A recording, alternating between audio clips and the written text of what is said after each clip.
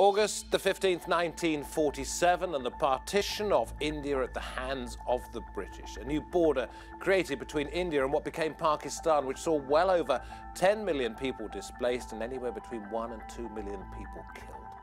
On the last roundtable, we discussed why there's a move to stop all of that being airbrushed from history in British schools. Today, we look at British colonisation in general and the effect on future generations.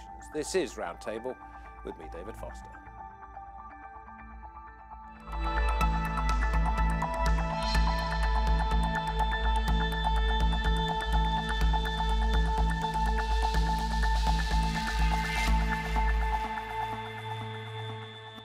Well, so much to talk about in our show on the partition of India. We thought we'd keep the conversation going, but if you missed the programme, we took a look at the forced partition of the subcontinent and why many feel that that needs to be taught in much more detail in British schools. A little reminder now of some of the history.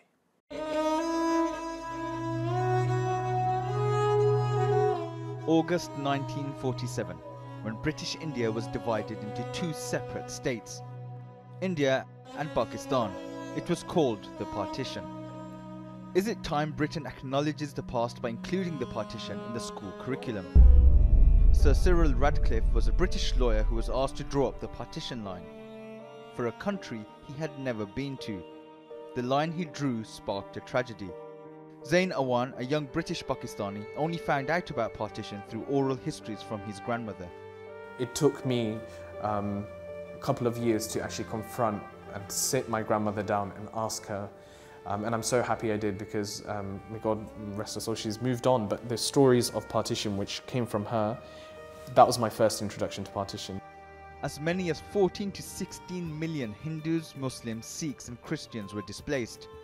The death toll as a result of the partition is estimated to be between 200,000 and 2 million.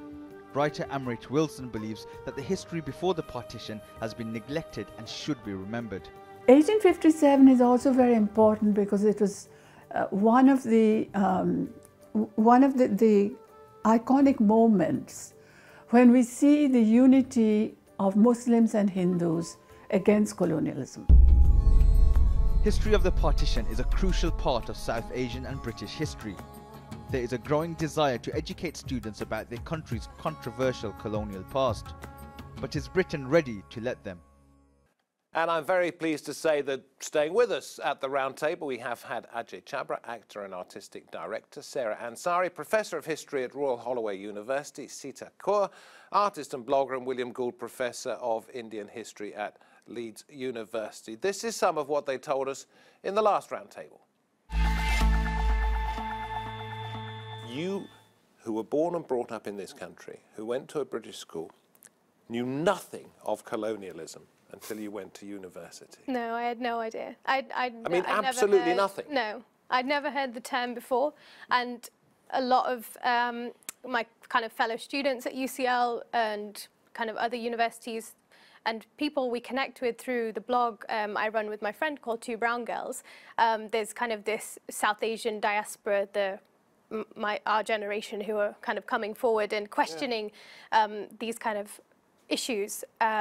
All of us are in agreement in saying that we had to teach ourselves, we had to learn ourselves, we had to research ourselves. I hear this again and again, where younger people are saying, I don't know anything about the world in which my parents lived in. I know that today you can do the British Empire as a part of an A-level module, isn't it? And there are new pathways that look at empire, Britain and empire, but they're just sort of newly introduced. I give taster lectures to undergraduates coming in to apply to University of Leeds, and I gave one recently on the 1943 Bengal famine. I asked people at the beginning of the lecture, who's heard of the Bengal famine? Nobody put their hand up. You know, so there is this sort of moment, I suppose, now where people are beginning to pick up more on this imperial colonial history, decolonisation.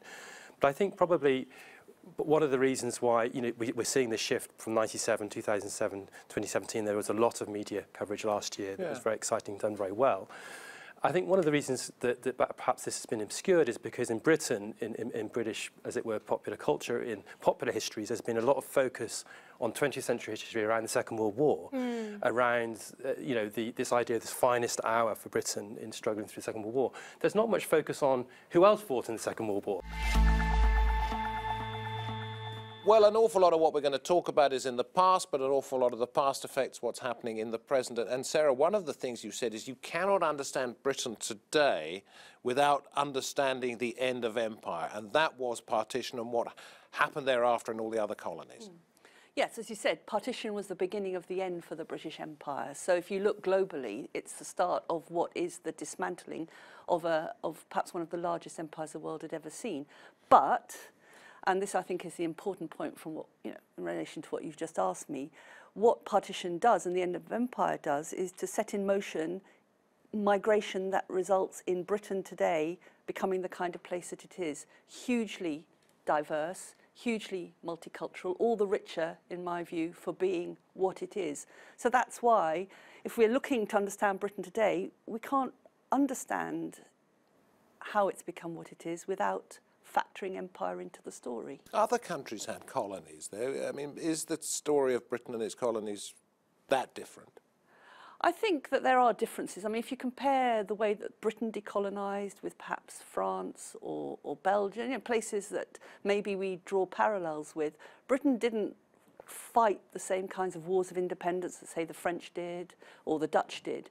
So I think that does affect the way in which, I suppose, empire makes the transition into what comes next. And I think it does mean that people who came from those parts of the world, in part linked to how independence had happened, come with maybe a slightly different relationship with this country. As I said in the last programme, we are, my family is here today. I'm here today with you as a consequence of two major political decisions made during the British Empire. One was that of indentured labour in the mid-19th century, and that of partition in the mid-20th century. And I think it's, as Sarah said, I think it's really important just to reflect back on these moments. The largest mass migration in history, that has to be conveyed to young people. That really has, even just that sentence has to be conveyed. And what comes after is... 14 million, wasn't it, maybe? Masses of people moved from one place to another. They left their homes. And that hasn't stopped today. In various parts of the world, that still goes on. And what would help is if people understood the geopolitics of region, the social politics, the economic reasons, and all of those things. Yeah, I agree. And, with this kind of xenophobic sentiment in a lot of places around the country, I really feel that if these kind of stories and this kind of history was brought into schools, and just for the general public, it's not a South Asian specific story. It's not specific to people of those cultural heritages. It's about a human story and a human level. And I think the xenophobic sentiments would perhaps, hopefully, be counteracted with this kind of thing. To say, instead of saying go back to your country, which a lot of my parents' generation were faced with, like terms like Paki and those kind of racist incidents, it's about teaching this kind of history would hopefully help people to realise this is why we're here. I think to give an example of that, the rise of Islamophobia in the UK at the moment, you can counter that to some extent by teaching this kind of history, partly by explaining, for example, that Britain's one of Britain's biggest armies was largely Muslim. It was an army that fought all over the British Empire, and it was made up mostly of Muslims and Sikhs. So I think bringing nuance to the general population's understanding of post-colonial migrants into Britain will do quite a lot to... A million Muslim men saw service in the First World War. I mean, that's a lot of people. And they volunteered. They weren't conscripted. And they were on the front line. They were, they weren't just orderlies, or cleaners or cooks. They were on the front line. If people understood that today, perhaps things would change. And I absolutely agree with you. That sense of xenophobia and misunderstanding. Britain? Who is Britain? What is Britain? And Britain is its past, and it's shaped by its past. And in order to go forward into the future, it needs to accept and understand that in a very nuanced way. Okay, there are two issues that occur to me here. One is that what we've been talking about for an hour could occupy a four-year university. Therefore, if you're going to have it as one module in schools for 9 or 10-year-olds, it ain't going to work. Therefore, it has to be taught by families, does it not? And you said you didn't know about colonisation until you went to university.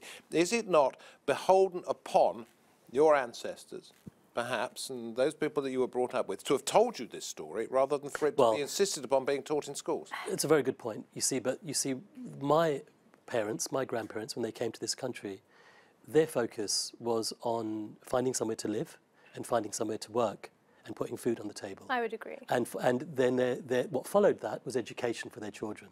Now, if you exist... And that wasn't this sort of education, necessarily. This was education to elevate yourself. Exactly, exactly. Professional education, whatever that means. Now, if you live in that sort of space, then there isn't room for much else. And that's one point. The second point to make, I think, is that particular generation, my parents' generation, they looked forward and they didn't look back. Because if they looked back, they would stay where they were.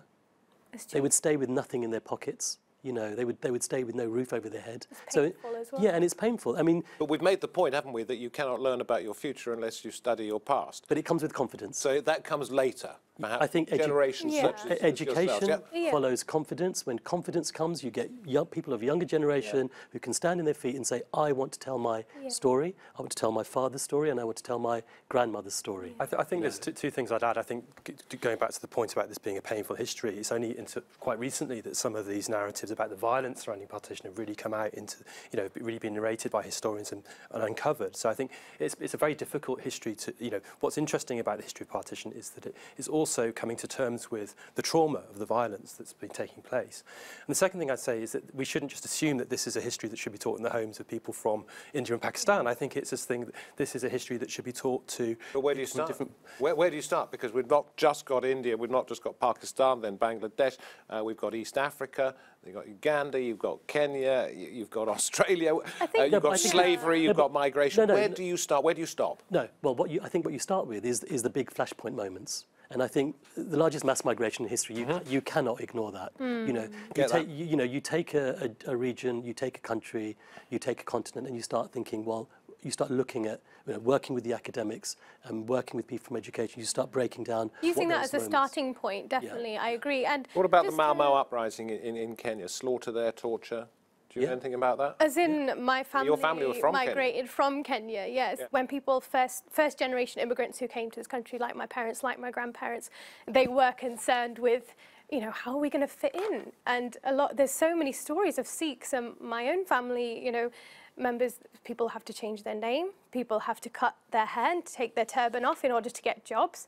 And the kind of racism and those pressures of assimilation that people face, if you have to think about it, why would they teach their grandchildren, this is what Britain did to us, why would they start to create that tension and that divide? They want the best for their children, and they want them to become doctors, lawyers, accountants, to assimilate and be successful. So you have to think about it, they don't want to cause trouble and tension. Can I jump in? I suggested I had 2 points to make. I only made one, or put the question out there. The second one was, if you are going to teach this, not just in homes, which was the first point, but also as part of a curriculum, how do you make it objective? How do you stand back from it and say this is actually what happened when it is so contentious? Well, the available resources out there are very plentiful. I mean, the primary sources that one can use and find quite easily these days, because of electronic media, are quite vast. So, for example, there is this thing called the Partition Archive, which holds a lot of interviews with people who experienced the partition and the migration in 1947. There are lots of published documents that can... But apologists for the empire might want the course to be in a particular way, if this is centrally set by a government.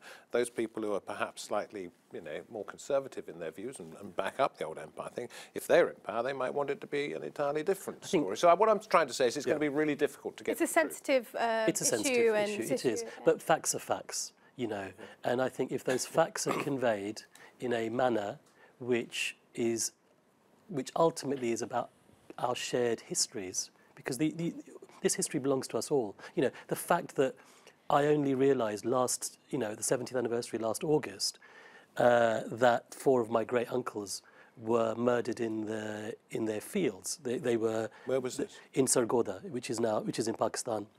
In between Lahore and Islamabad. So they were murdered as part of the migration in slaughters. August of 47. Right. They were a family. We belonged to a family that were never going to move. They owned all of the land that they could see, they produced cotton, and they owned all of the mills. And this cotton travelled around the empire and was produced into whatever the empire were making at the time.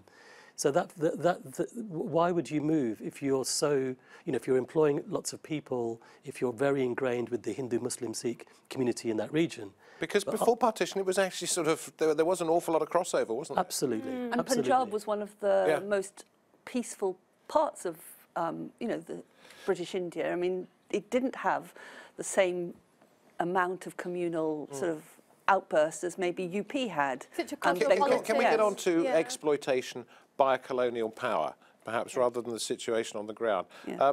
How do you colonise somewhere without exploitation? I suppose that's quite a difficult question.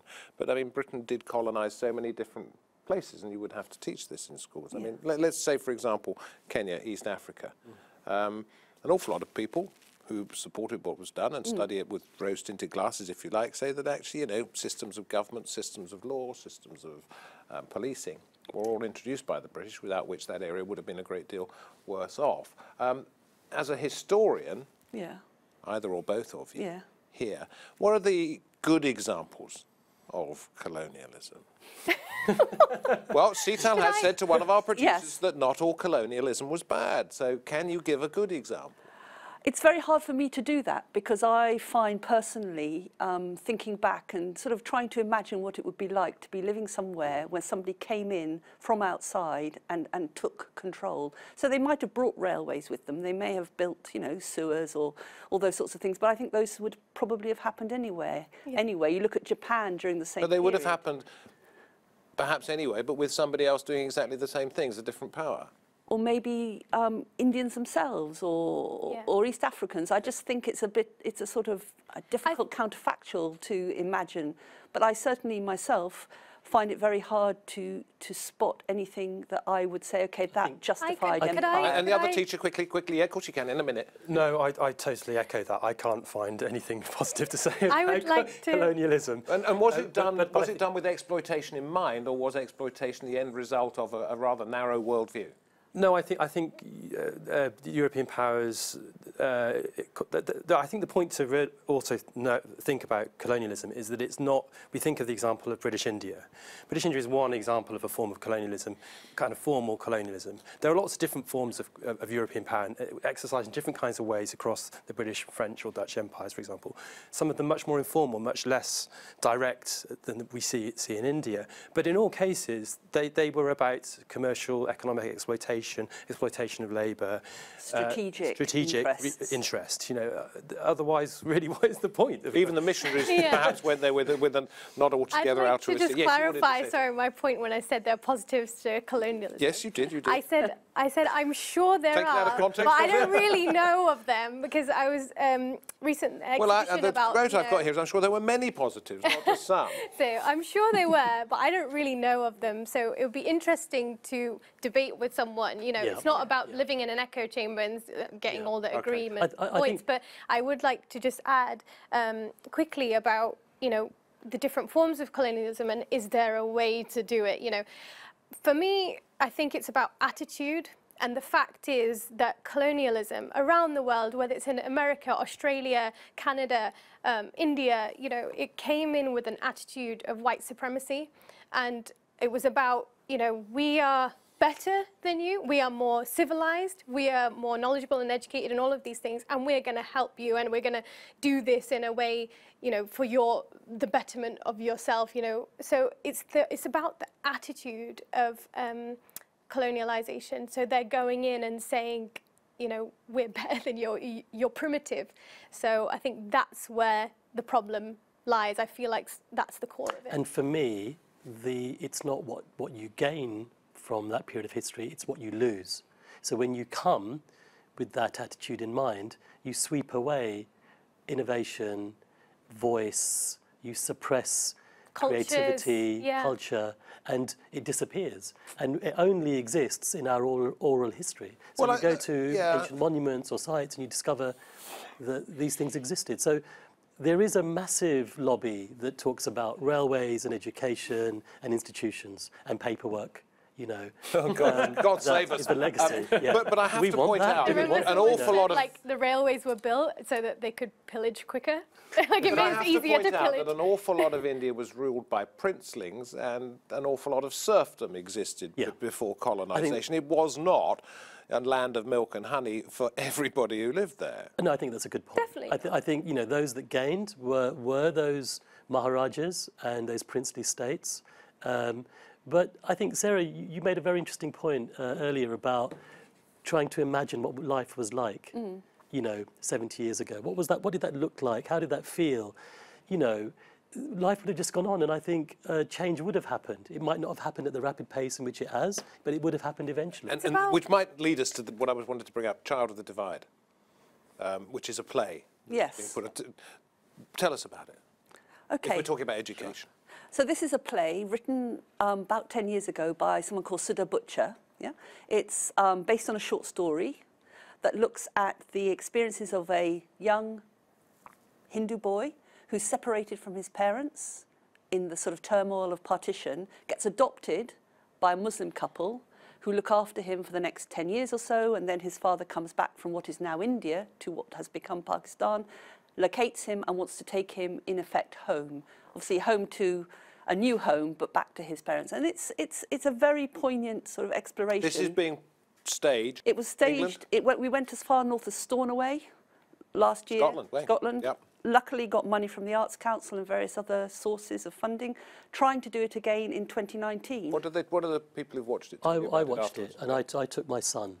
I know the playwright, and I am familiar with the original idea of the story. But I wanted my son to see a piece of theatre. He was 10 years old at the time, and there were other 10-year-olds and younger children. It was a really mixed audience in South London, and he cried, and I could see tears in the eyes of the other children. Why does that happen? That happens when you see yourself on stage. And it doesn't matter what colour you're from, or what class, or what culture, or what community, or what religion. But when you see some meaning on stage, it brings some deep emotion. We talked about it afterwards, and he's connected with the story of partition because of the world and the family in which we live, you know. And that's absolute responsibility of mine to make sure, you know, my children understand, you know, these moments of history that have been passed down. And Seetal, I know you wanted to say something, so please do, because I want to bring up a book that you two are writing together about this as we round up the programme. Yes, it's just to kind of highlight the kind of nuances of the whole situation. And I feel like the arts and plays like Child of the Divide, as we were saying in the previous programme, history and academic research is fantastic, but it's about people connecting to the story, and the arts is a fantastic way to do that. And kind of through these online platforms like the blog we run and working in schools with younger people, it's about getting the history out there and making it relevant to them, whatever background they're from.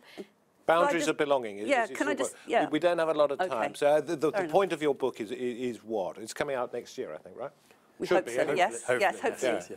Well, we tried to look at, in a sense, what the impact of partition was through a single lens. So rather than looking at India, looking at Pakistan, comparing inevitably, you know, the two places, we wanted to actually look at the same processes at work in both places and see where, in a way, the comparisons lay, didn't we? That was what drove us. I mean, there hasn't, you know, surprisingly, although, you know, you'd expect there would be a lot of work looking at the subject of partition from the position of India and Pakistan, there isn't that much that actually really looks comparatively at the two states within the same, as it were, there's text. Still a divide there. Yeah, so there's a divide not only politically and actually, but also a divide almost in the knowledge that's created around boundaries of belonging.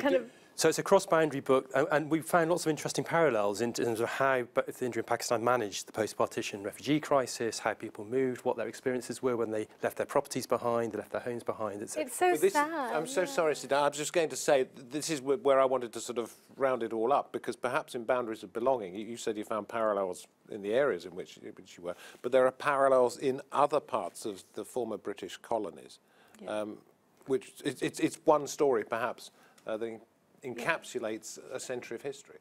Would that be fair? And that's the story that needs to be told? I think you're right. I think the British Empire ended with partitions all over the place. You know, so people were partitioned as the British Empire ended. Yeah. So whether it was Palestine, whether it was Cyprus, you know, other parts of the world. And I think hopefully what our book will demonstrate is that actually we can't just stop when partition happens. We have to look beyond that, and we have to work out in a way what that political moment translated to in terms of people's lives, their expectations. There are many different states that had to come to terms with the aftermath of empire, you know, yes. that decolonised, and that those governments and those people and those societies had to manage with the resources and the structures that they inherited. So in that sense, that I think has its parallels and its resonance. Thank you, thank you. I'm sorry. Look, we've been talking, for almost an hour staring in history two in its parts. face. Staring history in its face. Look, we have to say goodbye, and I have to say thank you very, very much indeed for your contribution to this. Boundaries of Belonging, perhaps out next year. Keep your eyes out for it. Thank you very much. Thank you for watching. From me and the production team, bye-bye for now.